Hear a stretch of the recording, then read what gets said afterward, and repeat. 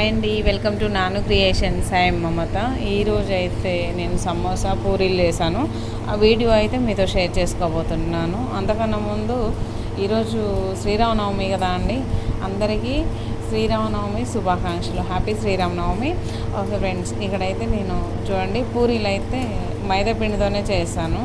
ఎప్పుడో ఒకసారి చేస్తాను, బట్ మైదాపిండితోనే చేస్తానండి. నాకైతే టేస్ట్ బాగా నచ్చుతుంది మైదాపిండితోటి. హెల్త్కి మంచిది కాకపోవచ్చు, బట్ ఏంటంటే మనకి టేస్ట్ బాగుంటుందని చెప్పేసి నేను 2-3 నెలలకు ఒక్కసారి చేస్తాను, 5-6 నెలలకు ఒకసారి చేస్తాను పూరీలు.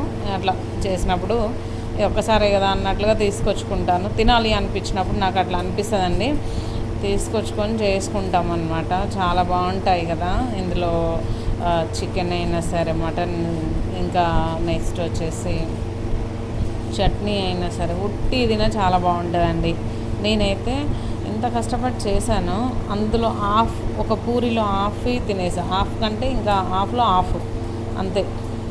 చేయడం తక్కువ చేశాను అండి. ఇంకొకటి ఏంటంటే, నాకు పెద్దగా చేశాను నేను ఏదైనా సరే అంత ఇంట్రెస్ట్గా తినను అండి. నాకు ఇంట్లో వాళ్ళు తింటే అదే నాకు తృప్తి అనమాట. మంచిగా అనిపిస్తుంది.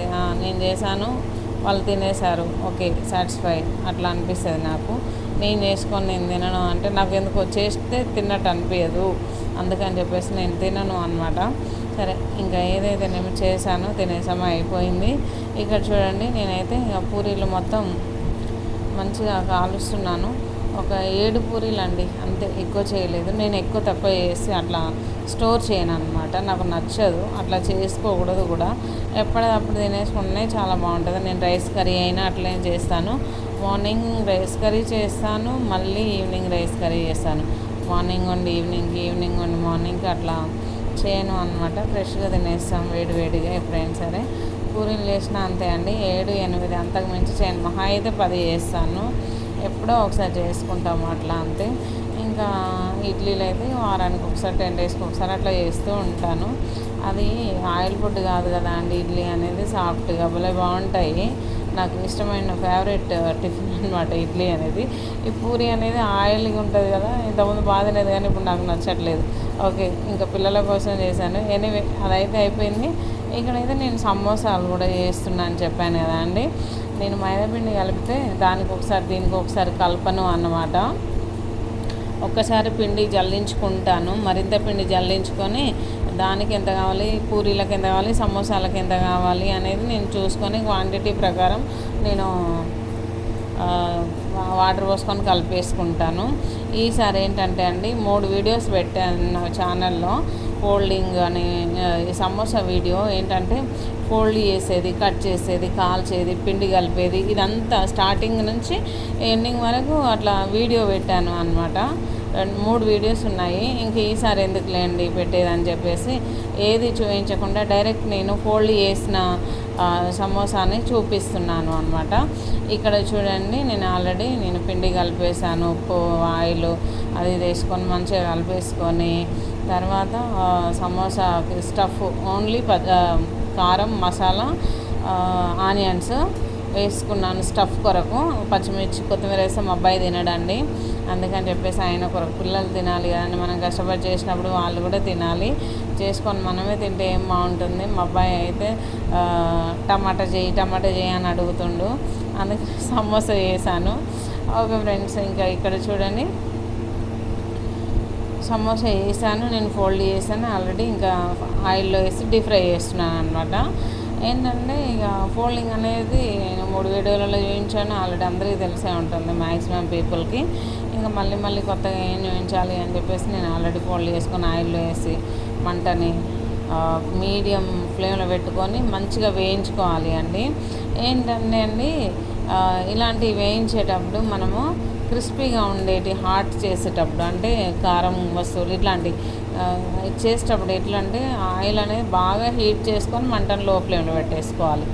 ఆయిల్ బాగా హీట్ అయినప్పుడు చెక్ చేసుకొని సమోసాలు వేసుకొని 2 వైపులా కూడా తిప్పుకుంటూ ఈవెన్గా మంచి గోల్డెన్ బ్రౌన్ కలర్ వచ్చేంత వరకు ఫ్రై చేసుకొని ఇట్లా ఆయిల్ లేకుండా తీసేసుకోవాలి వేరే ప్లేట్లోకి.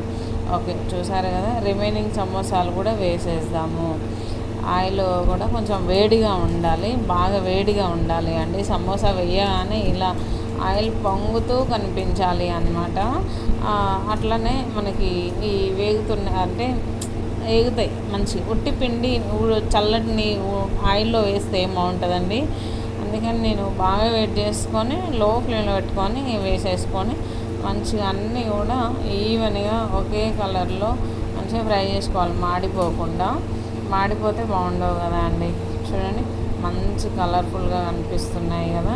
ఈ సమోసాలు అయితే ఎంత బాగుంటాయండి, నాకైతే చాలా బాగా అనిపిస్తుంది. నాకు తినాలి అనిపించిన ప్రతిసారి నేను ఇంట్లోనే ఒక్కదాన్నే వేసుకుంటా అండి.